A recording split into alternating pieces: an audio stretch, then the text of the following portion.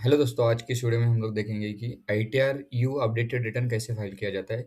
जिन भी लोगों का आईटीआर लास्ट ईयर का मतलब 24-25 का नहीं फाइल किया है, उनको फाइल करना है, वो मिस हो गए हैं, तो वो लोग कैसे फाइल कर सकते हैं, तो इस वीडियो में हम लोग डिटेल में देखेंगे।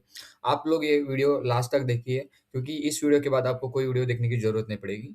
तो सबसे पहले हमें आईटीआर यू फाइल करने के लिए हमें गवर्नमेंट की इनकम टैक्स पोर्टल पे ऑफिशियल साइट पे आना पड़ेगा। जैसे ही आप लॉगिन करके आ जाएँगे, यहाँ पे ई फाइल का ऑप्शन दिखेगा। यहाँ पे income tax return file income tax return पे हमें क्लिक करना है। दोस्तों, हम आईटीआर यू अपडेटेड फाइल कर रहे हैं, हम लोग ऑनलाइन नहीं फाइल कर सकते, उसके लिए हमें ऑफलाइन यूटिलिटी डाउनलोड करना पड़ता है और उसके बाद ही हम लोग आईटीआर यू अपडेटेड फाइल करते हैं।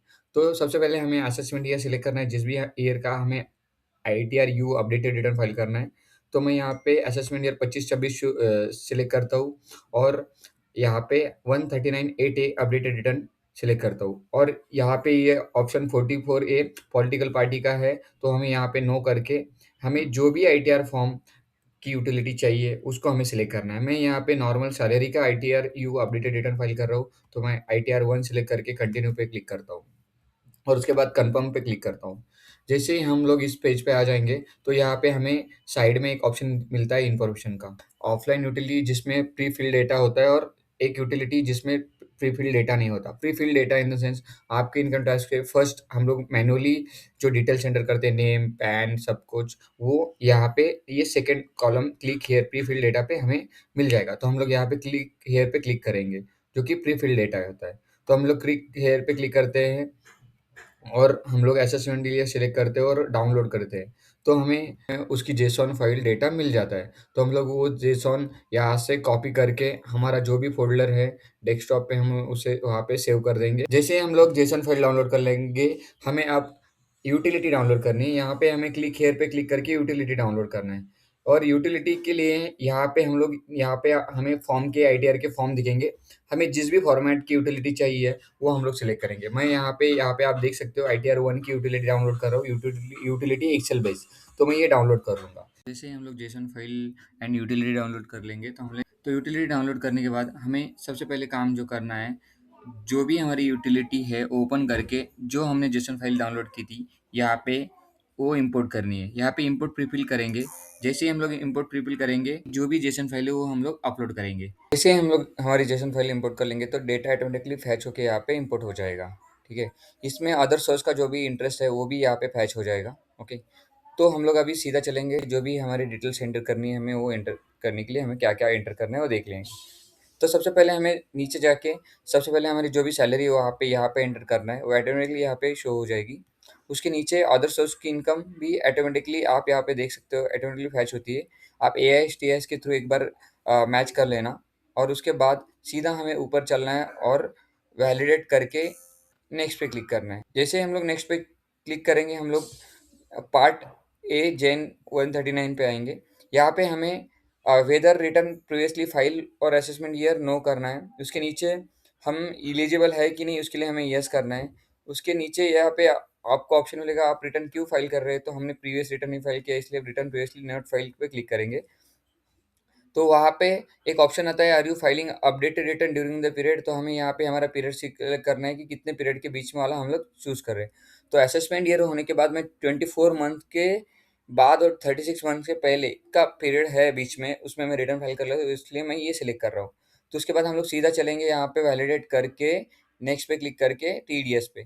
जहाँ पे आप देख सकते हो, आपने जो भी टैक्स पे किया रहेगा तो यहाँ पे वो शो होता है। तो हमारे केस में कुछ भी हमने टैक्स नहीं पे किया, तो हम लोग वैलिडेट करके फिर से नेक्स्ट पे क्लिक करके आगे टीसीएस के कॉलम में जाएँगे। वैसे ही हमें यहाँ पे हमें देखना है कि हमारा टीसीएस कुछ है क्या नहीं है, तो वैलिडेट करके नेक्स्ट करके आगे बढ़ना है हमें। हमारा नेक्स्ट कॉलम आता है टैक्सेस पेड एंड वेरिफिकेशन।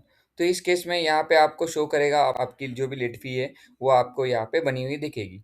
तो यहाँ पे आपको और एक ऑप्शन शो करेगा कि आपकी बैंक डिटेल्स दिखेगी। सिर्फ हमें प्लेस एंटर करके फिर से वैलिडेट करके नेक्स्ट क्लिक करना है।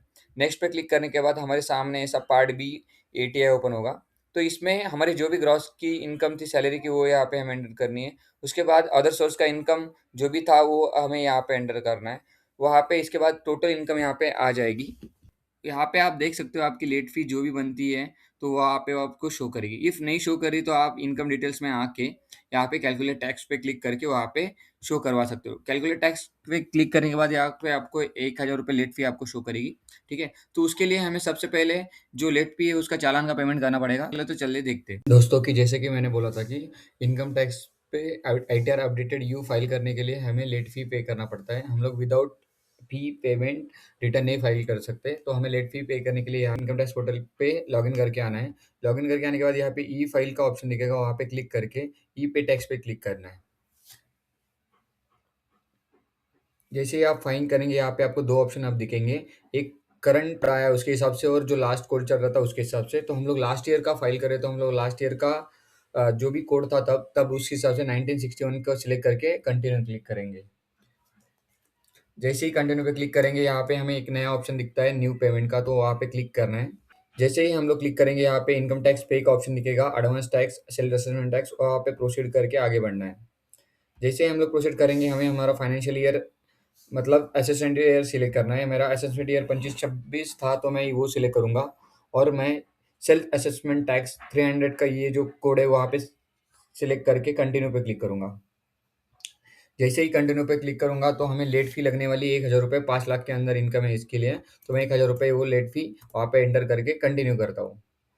जैसे ही मैं कंटिन्यू करूँगा यहाँ पे आप कोई भी बैंक का ऑप्शन चूज़ करके पेमेंट कर सकते हो। आप यहाँ पे पेमेंट कर देना और उसके बाद पेमेंट होने के बाद फिर पेमेंट करने के बाद आपका चालान जनरेट होगा और चालान में बीएसआर कोड, चालान कोड और अमाउंट रहता है और डेट रहती है, वो हमें लगने वाली है। वो कैसे एंटर करते हैं हम लोग देखते हैं। तो दोस्तों हमने टैक्स का पेमेंट करने के बाद आपको यहाँ पे उसकी डिटेल सेंड करनी है, BSR code, date of deposit, serial number and ये। तो यहाँ पे आपने 1000 एंटर करने के बाद आपको ऑटोमेटिकली यहाँ पे 0 शो करेगा। इफ़ मैं यहाँ पे 1000 नहीं सेलेक्ट करता हूँ मतलब यहाँ पे निकल देता हूँ, तो वहाँ पे मेरे को वो पेमेंट दिखाएगा 1000 लेट फ़ी पे किया है इसलिए वो वहाँ पे 0 टैक्स दिखाएगा। उसके बाद हमें सीधा करना है वैलिडेट और नेक्स्ट पे क्लिक करके यहाँ पे आना है और यहाँ पे जनरेट जेसॉन पे क्लिक करना है। जैसे ही आप लोग जेसॉन पे क्लिक करेंगे आपकी जेसॉन जनरेट हो जाएगी और आपको जिस फ़ोल्डर में सेव करना है उस फ़ोल्डर में आप सेव कर सकते हैं। 4 स्टेप आती है उसको इनकम टैक्स पोर्टल पे अपलोड कैसे करते हैं। तो चलो तो चलते हैं हम लोग वीडियो में देखते हैं कि इनकम टैक्स पोर्टल पे जेसॉन फाइल को कैसे अपलोड करते हैं। सबसे पहले हमें इनकम टैक्स पोर्टल पे लॉगिन करके आना है और यहाँ पे ई फाइल पे टैक्स यहाँ पे क्लिक करके इनकम टैक्स रिटर्न और फाइल इनकम टैक्स रिटर्न पे क्लिक करना है। जैसे ही हम लोग वहाँ पे क्लिक करेंगे यहाँ पे हमें जो भी हमारा फाइनेंशियल ईयर और असेसमेंट ईयर है उसको सिलेक्ट करना है। मेरा असेसमेंट ईयर ये था 25-26। मेरा आईटीआर अपडेटेड रिटर्न है, मैं अपडेटेड रिटर्न सिलेक्ट करूँगा। यहाँ पे हमें नो करना है और यहाँ पे हमें आईटीआर 1 को सिलेक्ट करना है। जो भी हमारा आईटीआर रहेगा उसको हमें सिलेक्ट करना है और कंटिन्यू पे क्लिक करना है। जैसे ही हम लोग कंटिन्यू पे क्लिक करेंगे हमारे सामने ऐसा एक अटैचमेंट आएगा जहाँ पे हमने जो जेसन फाइल बनाई है वो हमें यहाँ पे अपलोड कर देनी है। जेसन फाइल अपलोड होने के लिए टाइम लेगा, वो कुछ एरर रहेगा तो वो ऐसे दिखाएगा, लेकिन हमारे केस में कोई एरर नहीं रहेगा, इसलिए वो ऑटोमेटिकली फाइल हो जाएगा और उसके बाद हमें प्रोसीड टू वेरिफिकेशन पे क्लिक करना है।